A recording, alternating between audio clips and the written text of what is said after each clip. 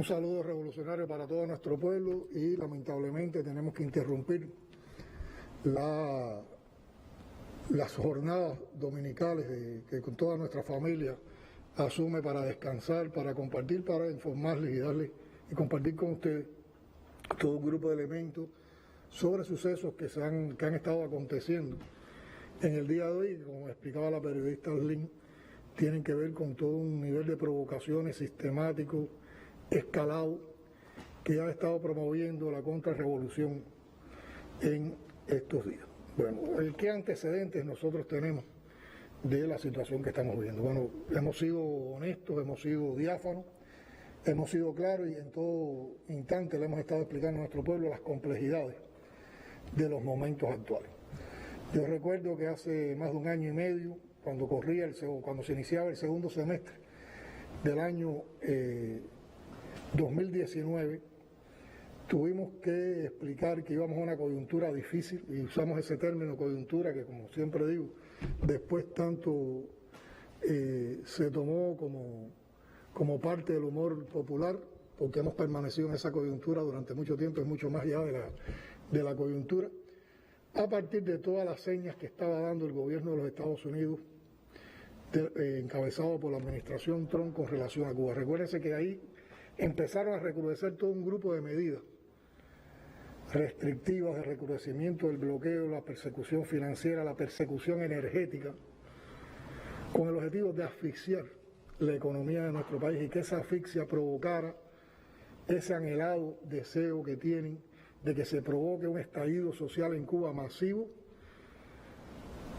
que siembre las posibilidades para, con toda esa propaganda y todas esas construcciones ideológicas que ellos han hecho, convocar a las llamadas intervenciones humanitarias que terminan en intervenciones militares y en injerencias que aplastan los derechos, la soberanía, la independencia de todos los pueblos.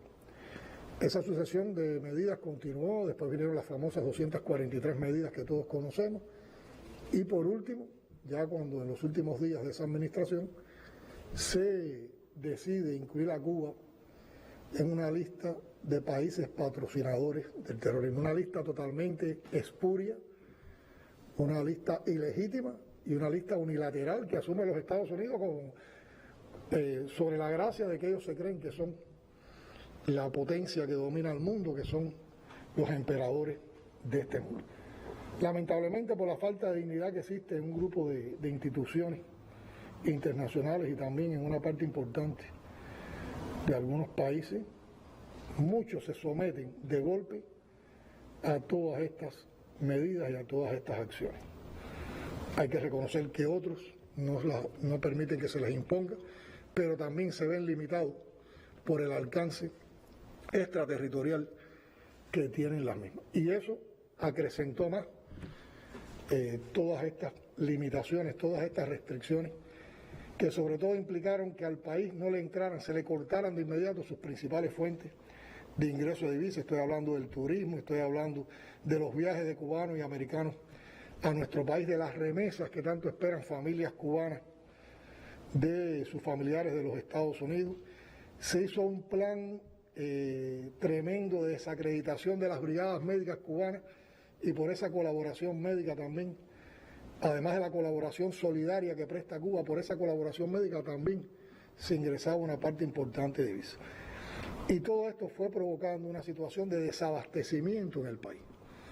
Desabastecimiento de alimentos, desabastecimiento de medicamentos, desabastecimiento de materias primas e insumos para poder desarrollar nuestros procesos económicos y productivos, que a la vez tributan a las exportaciones y a la vez tributan a los abastecimientos del pueblo. Por lo tanto, aquí están cortados dos importantes elementos: la capacidad de exportar y de recibir divisas para importar e invertir, y la capacidad desde los procesos productivos de poder desarrollar todo un grupo de bienes y servicios para nuestra población.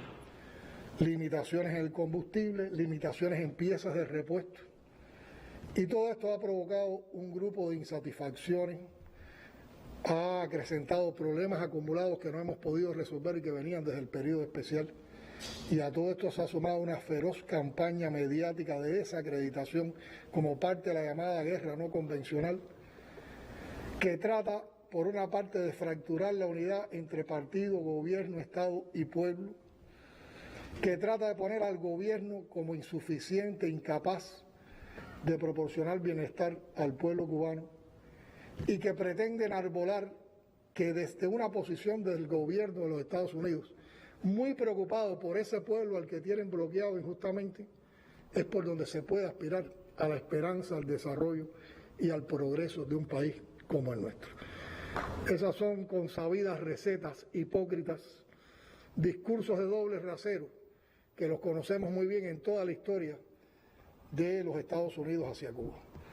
Conocemos cómo intervinieron en nuestro país, cómo se apropiaron de nuestra isla en el 1902, cómo mantuvieron una dominación de nuestra isla en la etapa de la pseudo-república y cómo esos intereses fueron golpeados por la Revolución Cubana en su triunfo. Y les ha molestado mucho durante 60 años el ejemplo de la Revolución Cubana. Y constantemente han estado arreciando, han aplicado un bloqueo injusto, criminal, cruel, recrudecido ahora, peor, en condiciones de pandemia. Y ahí está la perversidad manifiesta, la maldad de todas esas intenciones. Bloqueo y acciones restrictivas que nunca han tomado contra ningún otro país, ni contra los que ellos consideran sus principales enemigos. Por lo tanto, ha sido una labor y una política de saña contra una pequeña isla que solo aspira a defender su independencia, su soberanía y construir con autodeterminación su sociedad de acuerdo a los principios que más de un 86% ha aprobado, ha apoyado en el ejercicio amplio y democrático que sostuvimos hace unos años para aprobar la actual Constitución de la República de Cuba. Y en medio de esas condiciones viene la pandemia.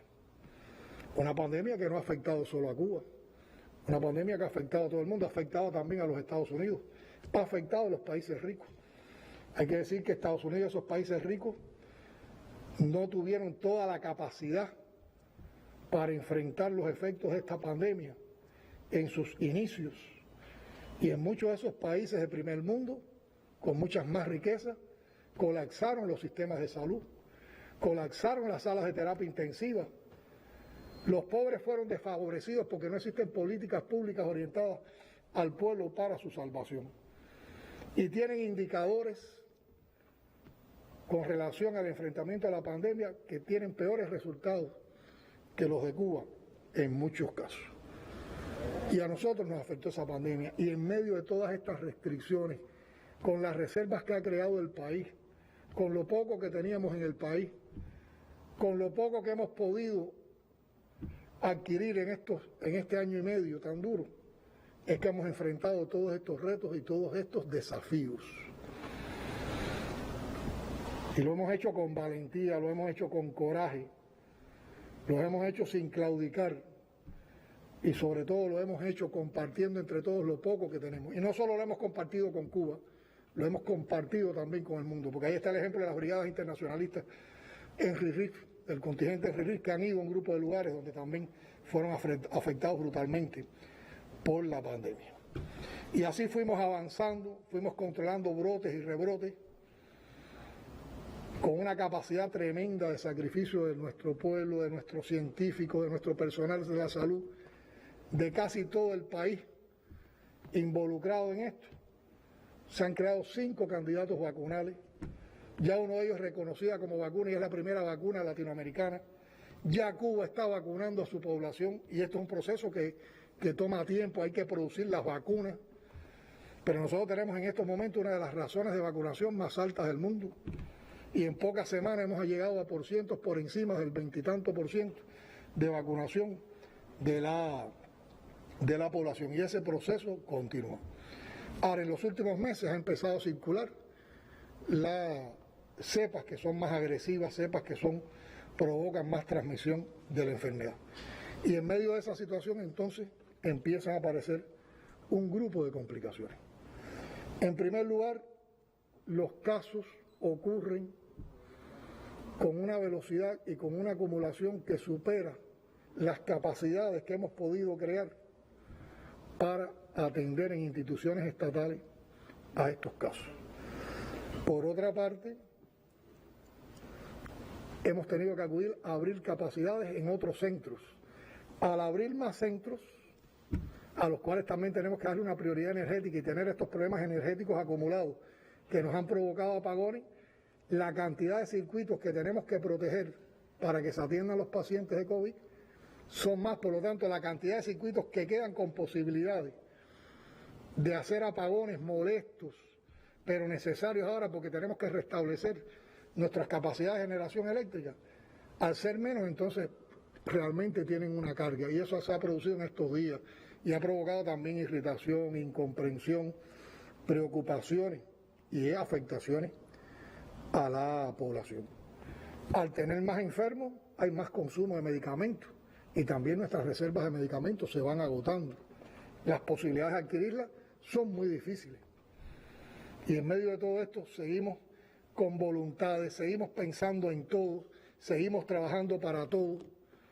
Ahora tenemos que ir a la experiencia del ingreso domiciliario ante la falta de capacidades de un grupo de provincias, y hemos tenido entonces que convocar a las familias para que tengan una participación más directa, más responsable, y uno no se cansa de admirar en medio de toda esta situación esa capacidad de resistencia creativa que tiene nuestro pueblo.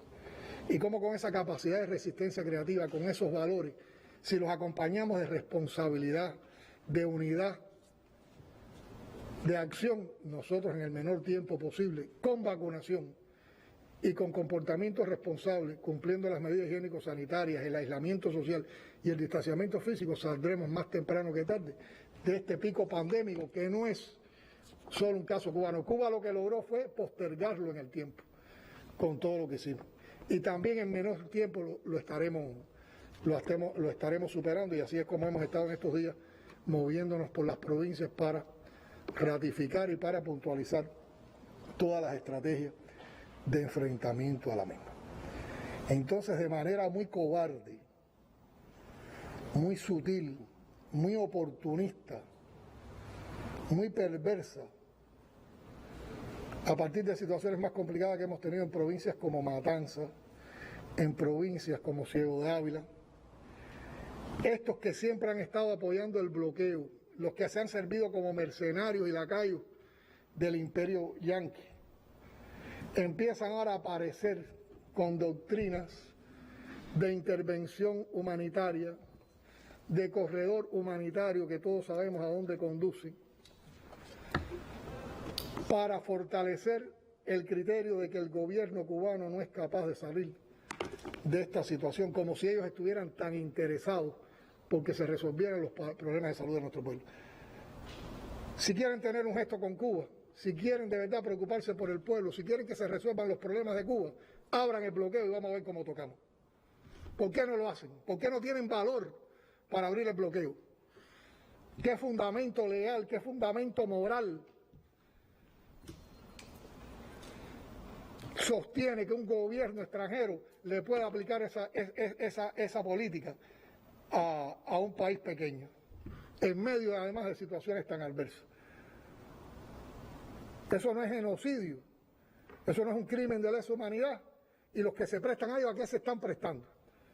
Entonces enarbolan criterios de que nosotros somos una dictadura que se procura por darle a toda su población salud, que trata de buscar bienestar para todos, que en medio de estas situaciones es capaz de tener programas y políticas públicas en función de todo, que está aspirando a vacunar a todos con una vacuna cubana, porque sabíamos que nadie nos iba a vender vacunas, no teníamos dinero para ir al mercado internacional a comprar vacunas. ¿Qué dictadura más extraña?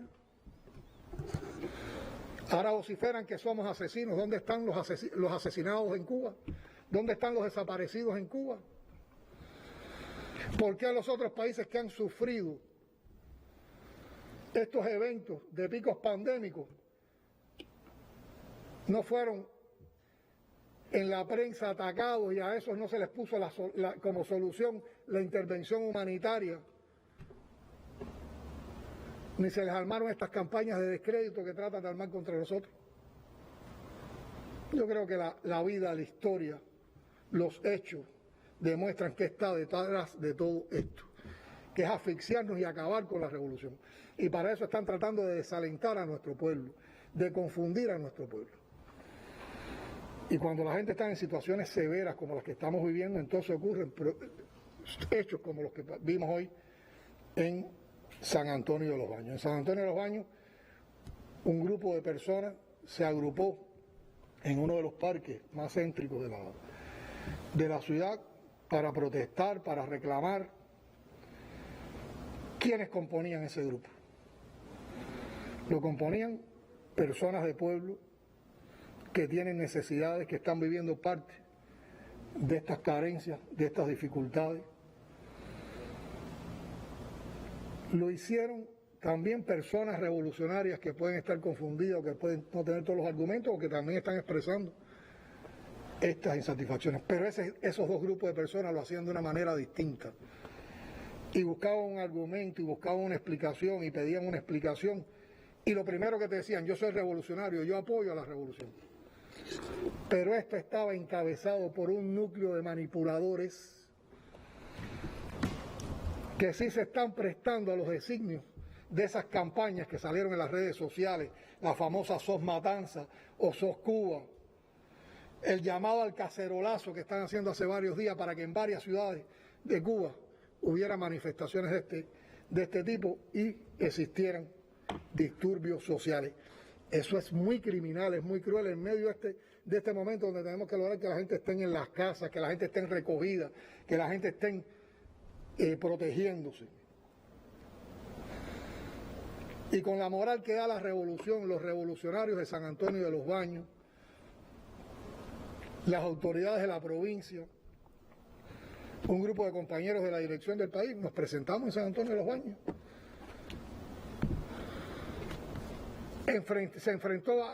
Esa masa revolucionaria se enfrentó a los contrarrevolucionarios.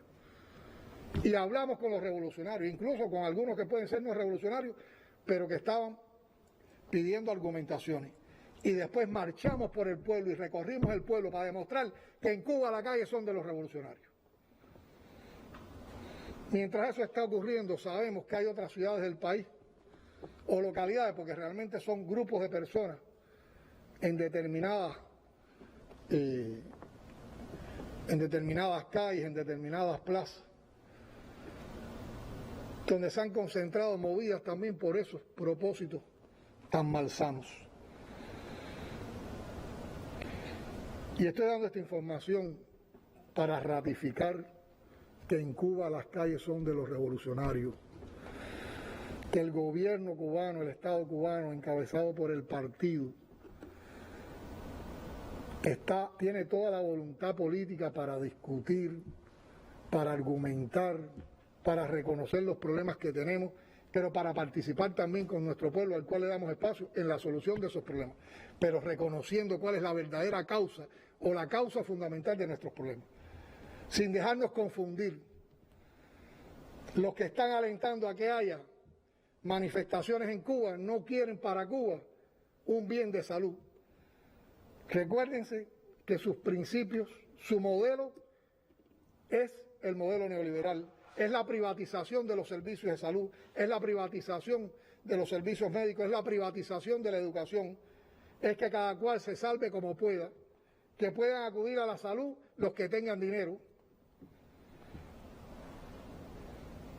Nosotros no vamos a entregar la soberanía, ni la independencia del pueblo, ni la libertad de esta nación. Y aquí también ratifico que habemos muchos revolucionarios en este país, en este pueblo, que estamos dispuestos a dar la vida, y eso no es por consigna, eso es por convicción. Tienen que pasar por encima de nuestros cadáveres si quieren enfrentar a la revolución.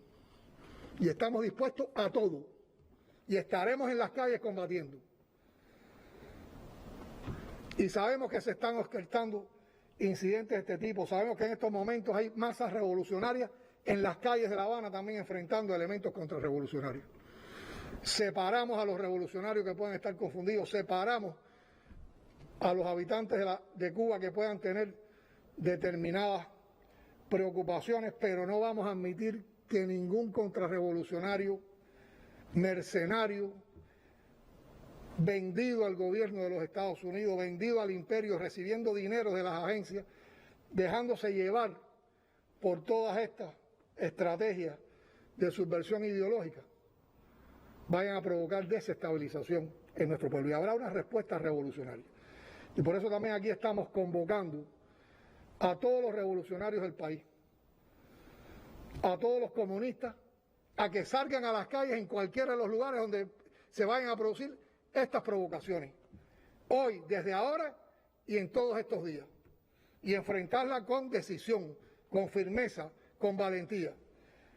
Como dije en el informe, en el discurso de clausura del Congreso del Partido, a la revolución la defendemos ante todos los revolucionarios y en la primera fila los comunistas. Y con esa convicción vamos a las calles, estamos ya en las calles y no vamos a permitir que nadie manipule nuestra situación y no vamos a permitir que nadie pueda defender un plan que no es un plan cubano, que no es un plan para la nación cubana, que no es bienestar para las cubanas y los cubanos y que es un plan anexionista. Y a eso es a lo que convocamos a los revolucionarios y a los comunistas de este